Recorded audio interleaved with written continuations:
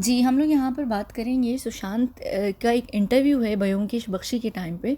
उन्होंने उसमें एक छोटी-सी लाइन बोली, 28 सेकंड का वो इंटरव्यू हुआ। मैं चाहती हूँ पहले सबसे पहले आप लोग वो सुनें, फिर हम उसके ऊपर बात करेंगे। My question is, if not Bollywood, what profession had you been till now? I think you're an engineer. I was supposed to be an engineer. I dropped out in my third year. Right. So what profession you feel that you could have? I think the last time I remember, I was thinking of getting into administrative service Achha. in my college. So I was thinking of sitting for a UPSC exam and becoming an IAS or an IPS or an IPS officer, something like that. Right. So maybe that. You like reading a lot? Yeah, I love reading. That's my favorite time pass.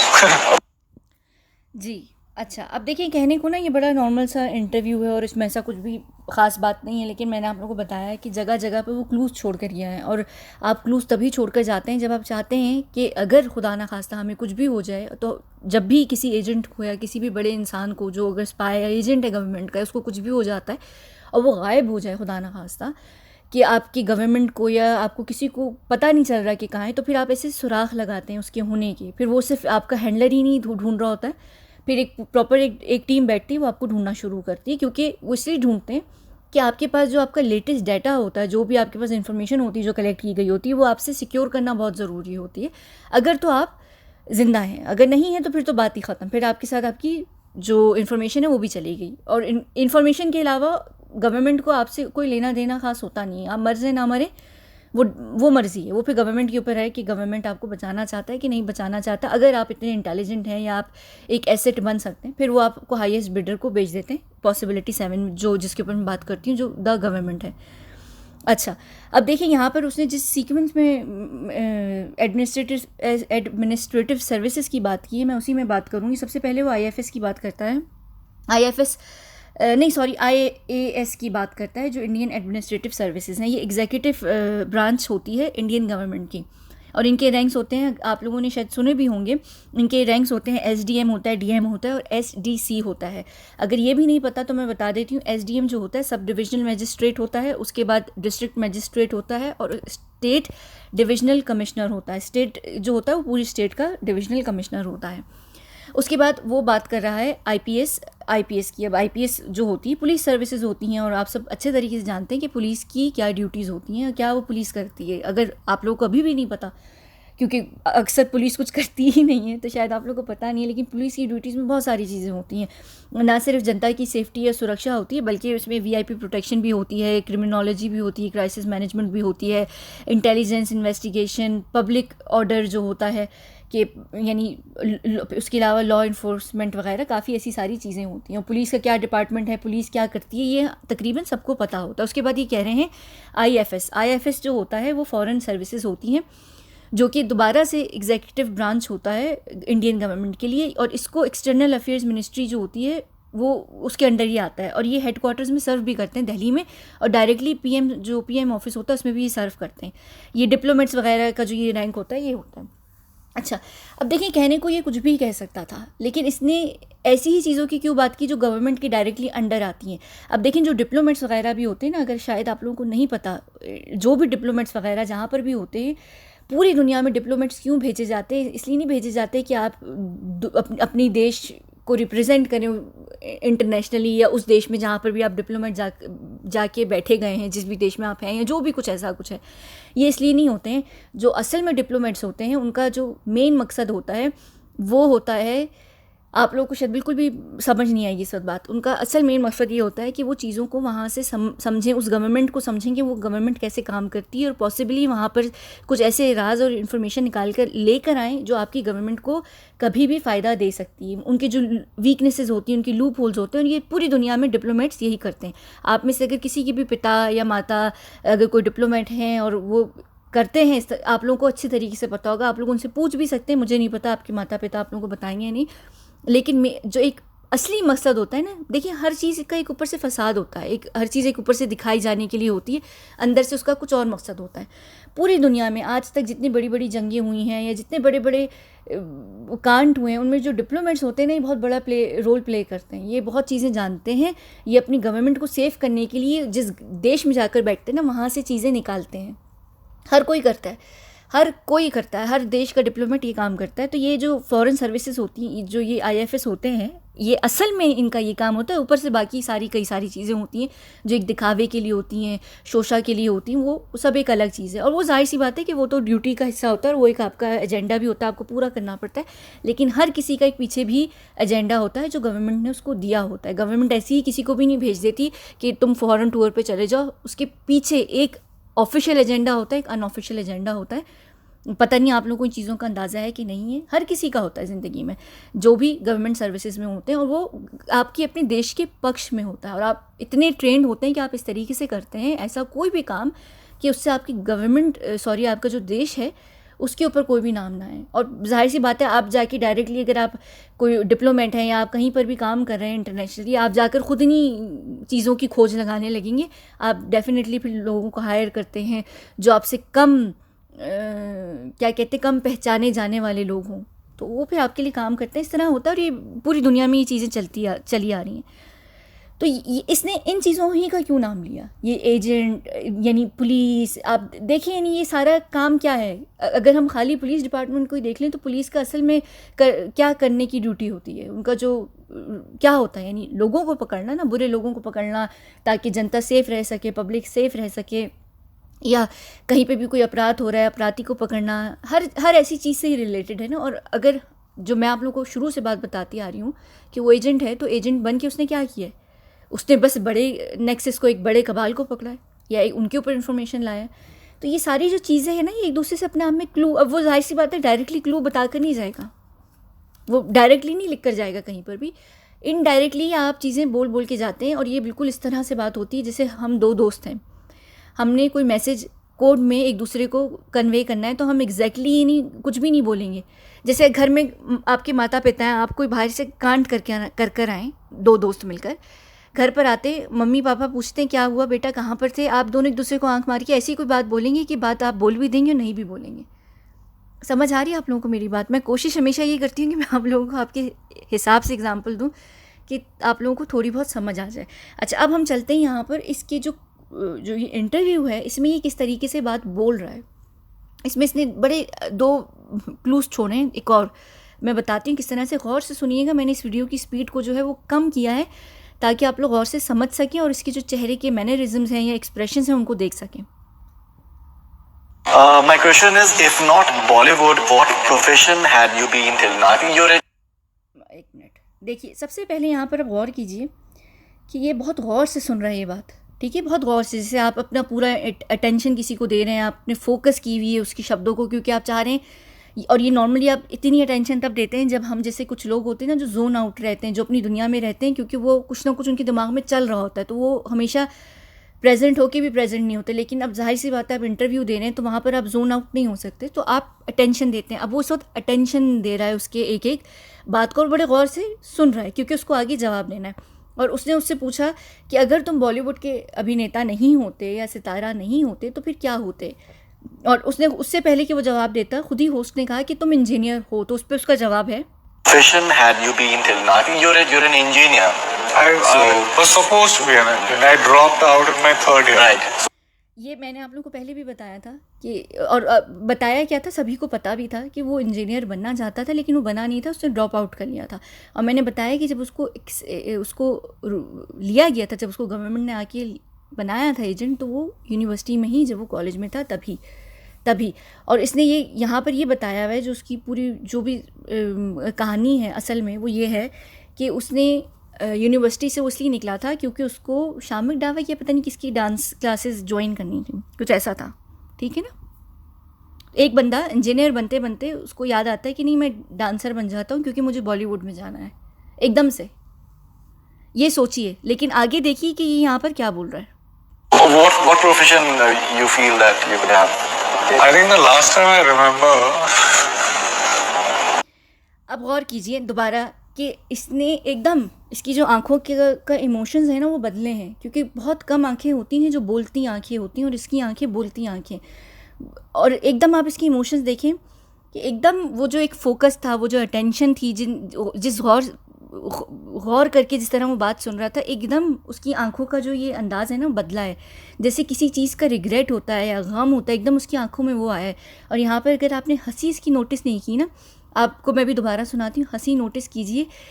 जैसे अगर आपसे कभी कोई आप से पूछता है कि यार वाह आप तो ये काम करते हैं, आपको बड़ा मज़ा आता होगा, लेकिन आप एकदम हंसते हैं, यानी तकलीफ़ से हंसते हैं लेकिन हंसते हैं कि हाँ, यानी आप इस तरीके से इसलिए हंसते हैं क्योंकि आपको होता है कि तुम बेवकूफ़ हो, तुम्हें क्या पता है कि मैं यहाँ पर कैसे आया हूँ या किस मुसीबत से आया हूँ, या मैं किस दुनिया को दिखाने के लिए बड़ा होता है ना कि हम किसी एक जगह पर हैं, लेकिन उसकी स्ट्रगल क्या होती है या उसके पीछे क्या रीज़न रहा होता है हमें नहीं पता होता अगले को, सिर्फ जिसके ऊपर बीती होती है उसको पता होता है। तो ये जो इसकी हंसी निकली ना, ये वो वाली हंसी निकली कि मुझ पे ये बीता है, मुझे पता है, ये कोई वो चीज़ नहीं है। तो यहाँ पर आप सुनिए दोबारा, इसकी हंसी गौर से सुनिएगा और इसकी आंखों के एक्सप्रेशंस भी देखिएगा।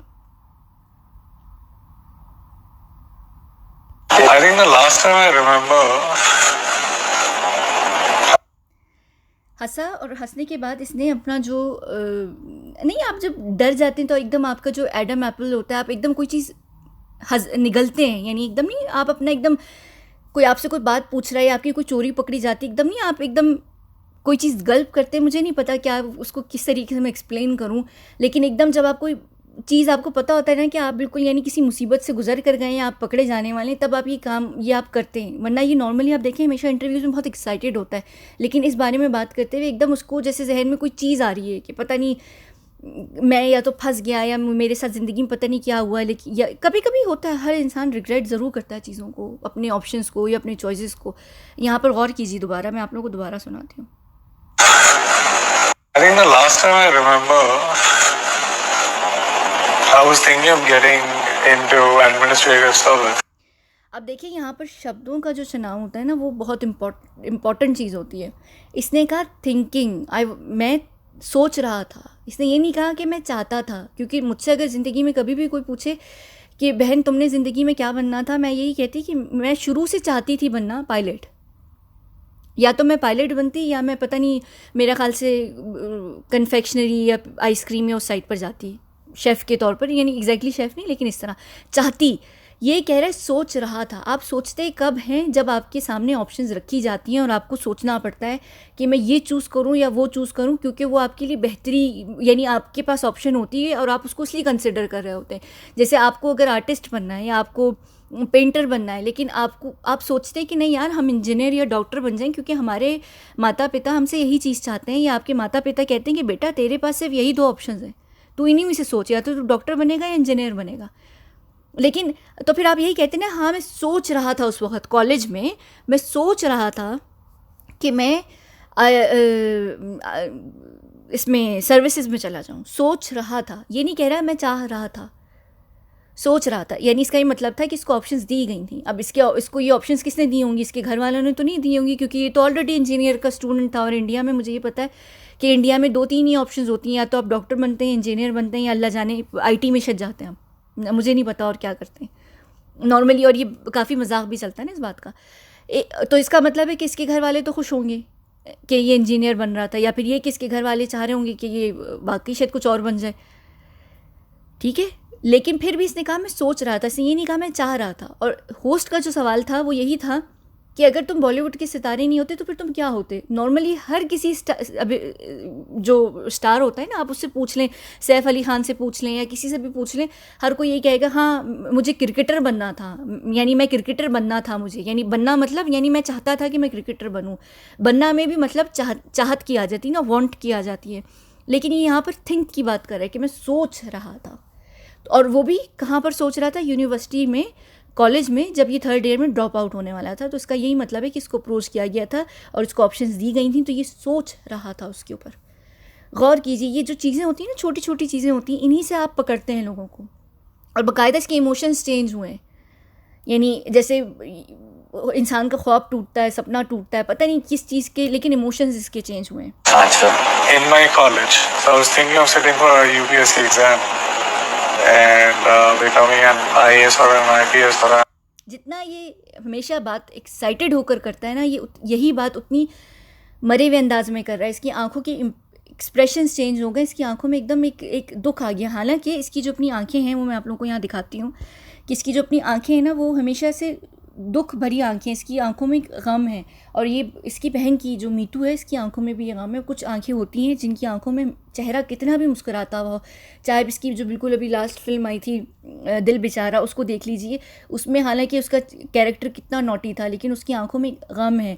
और ये बहुत कम लोगों की आंखों में होता है। मुझे पता है कि ये पिकअप लाइन के तौर पर लड़के बड़ा यूज़ करते हैं लड़कियों को, कि आपकी आंखें बड़ी उदास हैं, आपको लगता है दिल तोड़ दिया है किसी ने। और नॉर्मली सबके साथ ये सिचुएशन गुजरी हुई होती है, तो लड़कियों को लगता है कि हाँ वाकई ये लड़का हमें कितना अच्छा समझ रहा है। ये एक पिकअप लाइन के तौर पर यूज़ होता है नॉर्मली। लेकिन कुछ लोग होते हैं जिनकी हकीकत में उनकी हंसी होती है, उनकी आंखों का साथ नहीं देती है। क्यों? क्योंकि वो अपनी ज़िंदगी में किसी गम से गुजर के गए होते हैं, या वो बहुत सेंसिटिव होते हैं, वो दुनिया के गमों को अपने अंदर लेते हैं। अब सुशांत की ज़िंदगी में अगर देखा जाए, वो लड़कियों वाला गम लेने वाला बंदा नहीं था। उसको ज़िंदगी में ना वो दुख, उस दुख में नहीं जाने वाला था। हाँ, उसको जो ज़िंदगी का सबसे बड़ा दुख था, एक दुख उसका जो सबसे बड़ा दुख था वो उसका अपनी माँ को खो देना था, और दूसरा उसका जो दुख था उसको तन्हाई का दुख था। और वो तन्हाई ये उसको इस चीज़ की थी कि वो अपनी बहनों के बीच में ना भाई की कमी महसूस करता था। ये मैं नहीं कह रही, मैं ये बता रही हूँ कि ये ऐसा होता है। देखिए, अगर आप लोग भी यहाँ पर देख लें कि अगर आप अपने परिवार में सारी बहनें हैं और एक भाई है, तो आपके भाई को ना आप लोगों के साथ एक उसके अंदर कमी रहेगी। इसी तरह अगर आप खाली एक बहन है और आपके सारे भाई हैं, तो आप लोग अपने भाइयों के साथ कितना भी हंसी मज़ाक मौज मस्ती कर लें, आपको एक बहन की कमी रहेगी। कुछ लोग जो होते हैं चीज़ों को फील करते हैं, उनके अंदर उस चीज़ को लेकर एकदम अकेलापन आ जाता है। अब देखिए, उसके दो रीज़न्स होते हैं। अगर आपके भाई या बहन नहीं है तो आपको वो रिश्ता माँ बाप में मिल जाता है, या तो अगर आप लड़का है तो आपकी दोस्ती बाप से ज़्यादा हो जाती है भाई की कमी में। वो अलग बात है कि माँ के प्यारे बेटे होते हैं और बेटियाँ बाप की लाडली होती हैं, लेकिन जो एक दोस्त वाली, एक भाई बहन वाली कमी होती है ना, वो आपको सेम जेंडर में मिल जाती है माँ बाप के रूप के अंदर। लड़कियों में भी देखें, अगर आप अकलौती हैं और आपके सारे भाई हैं, आप उन सबकी प्यारी भी होंगी, लाडली भी होंगी, वो आपका ख्याल भी रखेंगे, मज़ा मस्ती भी करेंगे, तंग भी करेंगे, टांग भी खींचेंगे। लेकिन जो दिल की बात होगी ना, वो फिर अपनी माँ से आप जाकर करेंगी, क्योंकि बेस्ट फ्रेंड्स वगैरह दोस्त कितने भी आपके चहीते करीब के कुछ भी क्यों ना हो, लेकिन जो एक इंसान को समझने की, जो आपको समझता है, वो आपका घर वाला ही कोई सदस्य समझता है। सुशांत के केस में उसके और उसके जो पिता थे, उनके बीच में वो फ्रेंकनेस नहीं थी।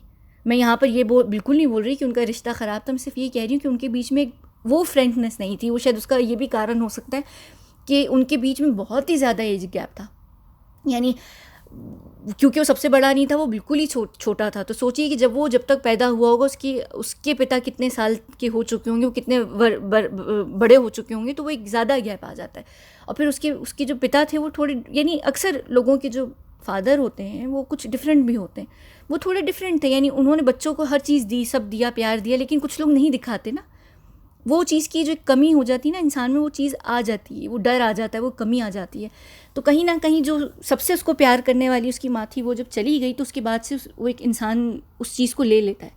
और सिर्फ ये नहीं, बल्कि इसकी आंखों में माँ के गुजर जाने की बात नहीं, बल्कि माँ के होते हुए भी इसकी आंखों में ये चीज़ थी। और ये क्यों आती है? ये आपकी आंखों में तब आती है जब आप इर्द गिर्द, आप बहुत सेंसिटिव होते हैं, आप बहुत काइंड होते हैं, आप दुनिया के दुखों को बहुत जल्दी समझने लग जाते हैं। बस वहाँ से आपकी जो आंखें, आपके जज्बात होते हैं ना, वो आपकी आंखों की से अक्कासी करते हैं। और यहाँ पर सिर्फ एक जगह नहीं, यहाँ पर अगर मैं कई जगहों पर दिखाऊं, ये देखें, यहाँ पर ये बाकायदा तौर पर इसकी आंखों में जज्बा दिख रहा है, किसी भी चीज़ का जज्बा कह लें आप। एक जब इंसान अपने आप में कोई गर्व महसूस नहीं कर रहा होता, जैसे नेशनल एंथम प्ले हो रहा होता है, तो आपकी आंखों में एक जज्बा आता है, ये वो टाइप का जज्बा है। यहाँ पर देख लें कितना मुस्कुरा रहा है ये, ठीक है, लेकिन इसकी मुस्कान और इसकी आंखों के अंदर की खामोशी को देख लीजिए, आप लोगों को अंदाज़ा होगा ये चीज़ें मैच नहीं करती हैं।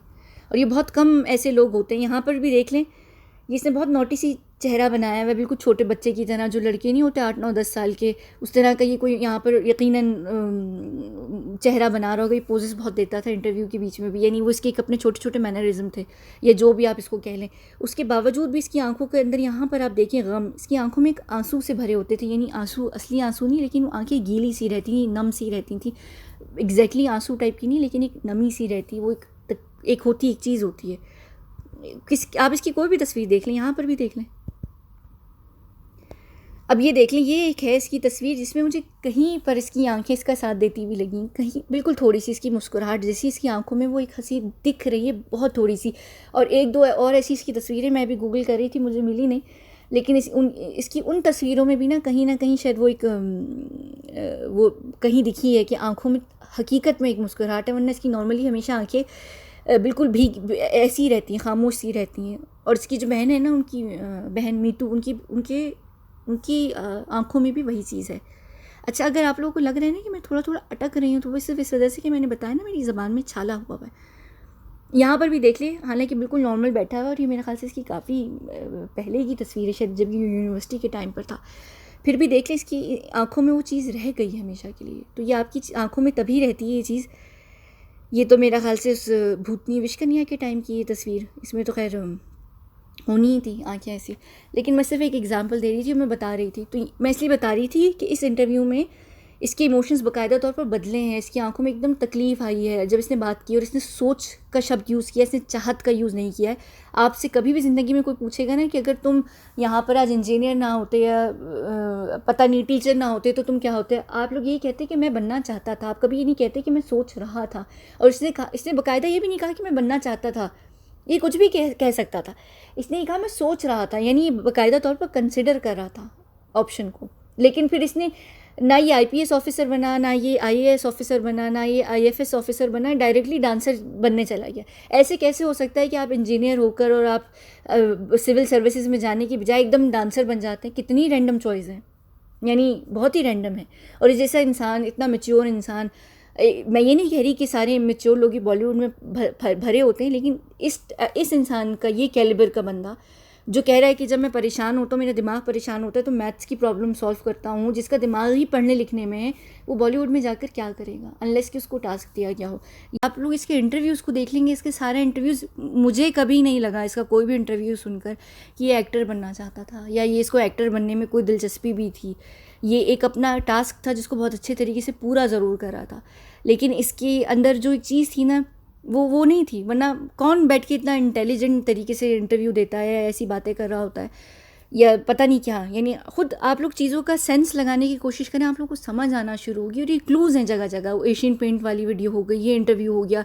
एक और जगह इसने इसी होस्ट को इंटरव्यू दे रहा था जहाँ पर गोस्ट की बात कर रहा था, गोस्ट और ग्रेवयार्ड की बात कर रहा था, मैंने जिसके ऊपर बात भी की हुई है इसी सीरीज़ के अंदर। और पता नहीं कितने सारे ऐसे लाखों इंटरव्यूज़ होंगे इसके, कितनी सारी जगहों पर ये ऐसे क्लूज़ छोटे छोटे छोड़ कर गया है। आप लोग खुद अगर इस माइंड से, जिस माइंड से मैं सोचती हूँ ना, अगर आप लोग सोच के देखना शुरू करें, आप लोगों को क्लूज़ दिखने लग जाएंगे। इसकी बातों में दिखना शुरू हो जाएगा। आप लोग अगर इसकी फेशियल एक्सप्रेशंस को देखें, इसकी बातों को गौर से सुने, आप लोगों को समझ आएगी कि ये बंदा बहुत डिफरेंट था। ये सिर्फ बॉलीवुड या बॉलीवुड में आके काम करने वाला नहीं, ये किसी बाकायदा तौर पर मिशन पे था। और आप जब मिशन पे होते हैं ना, तो आप यानी वो अलग, आपका एक अलग अंदाज़ होता है, आपको पता चल जाता है आप बहुत डिफरेंट होते हैं, क्योंकि आप उस जगह पे फिट ही नहीं बैठते। और ये हम सब अच्छे तरीके से जानते हैं कि बेशक आप नेपो का प्रोडक्ट हों कि ना हो, अगर आप उस जगह के लिए बने होते हैं ना, पता चल जाता है आपको देख के, चाहे वो नवाजुद्दीन हो या कोई और हो, बेशक वो नेपो प्रोडक्ट्स नहीं है, लेकिन पता चल जाता है कि वो लोग, चलो हाँ, यानी एक उनके अंदर एक चीज़ होती है। ये किसी भी एंगल से ना बॉलीवुड के अंदर फिट नहीं होता ही नहीं है। गौर कीजिए इस बात को आप लोग। ये आम टाइम पे भी मैथ्स कर रहा है, बुक्स पढ़ रहा है, ये फारिग है तो ये कुछ कर रहा है, ये या तो ये आप गौर कीजिए इन चीज़ों को। खुद ही गौर करेंगे, आप लोग को समझ आना शुरू हो जाएगी कि क्या सही है और वाकई क्या क्लूज़ हैं, क्या नहीं है। अच्छा हाँ, क्योंकि मैं आँखों की बात कर रही हूँ ना, यहाँ पर देख लें, इसकी आंखें बेशक यहाँ पर बंद हुई हैं, क्योंकि जब ये मुस्कुराता था कभी कभी इसकी आंखें थोड़ी छोटी हो जाती हैं, लेकिन देखें इन आंखों में ना एक गम है, एक तकलीफ़ है सुशांत की। पर ये देखिए मक्कारी भरी आँखें, ये तो बहुत ही मुकेश चावड़ा की मक्कार भरी आँखें। और मेरा ख्याल से ये बहुत ही अजीब बंदा है। मुझे इस बंदे से इतनी गंदी वाइब्स आती हैं, आप लोग सोच नहीं सकते। ये बहुत ही ख़राब किस्म का बंदा है, और मेरा ख्याल से जो भी इसके साथ काम करते हैं वो इस बात को अच्छे तरीके से जानते हैं। ये कास्टिंग मैनेजर भी है, और मेरा ख्याल से आजकल जितनी वेब सीरीज़ आती हैं उसमें मुकेश चावड़ा ही जो है वो कास्ट करता है, और ये बहुत ही अजीब बंदा है। उसके बाद ये हैं इनकी आंखें देख लें आप, इनकी आंखों में भी एक चीज़ है, एक मक्कारी तो मैं नहीं कहूँगी, ये मक्कार आंखें, इन आंखों में भी ना एक चीज़ है, कुछ प्लान टाइप की चीज़ है कि कुछ सोच रहा है दिमाग, कुछ करने को प्लान कर रहा है। और यहाँ पर इस बंदे की भी आंखों में, इस बंदे की आंखें मुझे इतनी गौर से दिख नहीं रही, क्योंकि मैंने इसको कभी नहीं देखा इस बंदे को, लेकिन इन दोनों को क्योंकि मैं देख चुकी हूँ तो मुझे पता है कि इनकी आंखें कैसी। आंखें बहुत बोलती हैं इंसान की। अगर इंसान की आंखें आप देखना समझ जाए ना, पढ़ना समझ जाए, तो आपको समझ आ जाएगा कि अगला इंसान उसकी क्या भावनाएं हैं। और जब वही समझ आना शुरू हो जाएंगी तो आप लोगों को, आप लिंक से लिंक मिला सकते हैं, क्लू से क्लू जोड़ लेंगे। और मैं आप लोगों को यहाँ पर अगर वाकई एक टास्क दूँ ना छोटा सा, मैं जानती हूँ कि हर कोई इतना फारिग नहीं होता, लेकिन कोशिश कीजिए इसके इंटरव्यूज़ उठा कर उनको समझने की, क्योंकि मुझे नहीं इतना टाइम मिलेगा और मैं रोज़ाना इंटरव्यूज़ ही बैठ कर डिकोड नहीं कर सकती, क्योंकि फिर इस तरह सीरीज़ बहुत लंबी हो जाएंगी। मैं एक्सपेरिमेंट्स पे ज़रूर आना चाहती हूँ, लेकिन मैं आप लोगों को बताना चाह रही हूँ कि आप लोग खुद देखेंगे, आप लोग को समझ आ जाएगा कि मैं यहाँ क्या बात कर रही हूँ, ठीक है ना। चलें, यहाँ मैं इस वीडियो को बंद करती हूँ। अगली वीडियो, क्योंकि मैं यहाँ पर बता ही रही थी, वो इंटरव्यू भी ब्योमकेश बख्शी का था, और मैंने ब्योमकेश बख्शी की दो जो है चीज़ें डिकोड की हुई हैं। एक सॉन्ग था बच के रे बख्शी, उसकी लिरिक्स को डिकोड किया था, और फिर अगली वीडियो में उसकी जो वीडियो थी ना सॉन्ग की, वो मैंने डिकोड की थी। और याद रखिएगा कि ये सॉन्ग जो था, जो वीडियो फिल्माई गई थी, वो बाद में फिल्माई गई थी MS धोनी के टाइम पर, और ये सॉन्ग फिल्माना नहीं था ना, ओरिजिनली ये हिस्सा था फिल्म का। बहुत एंड में बिल्कुल जब प्रोडक्शन हो गई थी और सब चीज़ें थी, पोस्ट प्रोडक्शन में था, तब इन लोगों ने ये डिसाइड किया था कि ये सॉन्ग डाला जाएगा। और सॉन्ग के अंदर बहुत कुछ, और मैंने उसमें बताया था कि एक छोटी सी चीज़ जो थी वो मैंने छोड़ दी थी, और मैंने कहा था कि मैं बाद में बताऊंगी, एक्सप्लेन करूंगी। तो मैं अब नेक्स्ट वीडियो वही करूंगी, उसमें मैं बताऊंगी कि वो क्या एग्जैक्ट चीज़ थी जो उसमें थी। वो पूरा सॉन्ग तो ये बता ही रहा है कि ये एजेंट है और उसमें 2 ज़िंदगियाँ हैं, वो उन 2 ज़िंदगियों को रिप्रेजेंट करता है। और अगर आप सुने भी तो सुशांत कह रहे ने इंटरव्यू में भी शायद किसी में कहा था कि वो बिल्कुल मेरी तरह ही है वो चीज़, यानी जैसा मैं हूँ, कुछ इस तरीके की, मुझे भी याद नहीं है एग्जैक्टली बात। ठीक है, चलें हम यहाँ पर बंद करते हैं इस वीडियो को और मिलते हैं अगली वीडियो में, जो कि ब्योमकेश बख्शी ही के ऊपर होगी, छोटी सी होगी, और मैं बताऊंगी कि वो कोड किस तरीके से यूज़ किया गया है। वो नॉर्मल कोड नहीं है, वो कोड UK से रिलेटेड कोड है, UK में उसको यूज़ किया जाता है, उसको कोड को। तो मैं उसके ऊपर बात करूँगी और फिर मैं एक मेन कोड के ऊपर भी बात करूँगी, ठीक है ना। चलिए, बहुत बहुत शुक्रिया।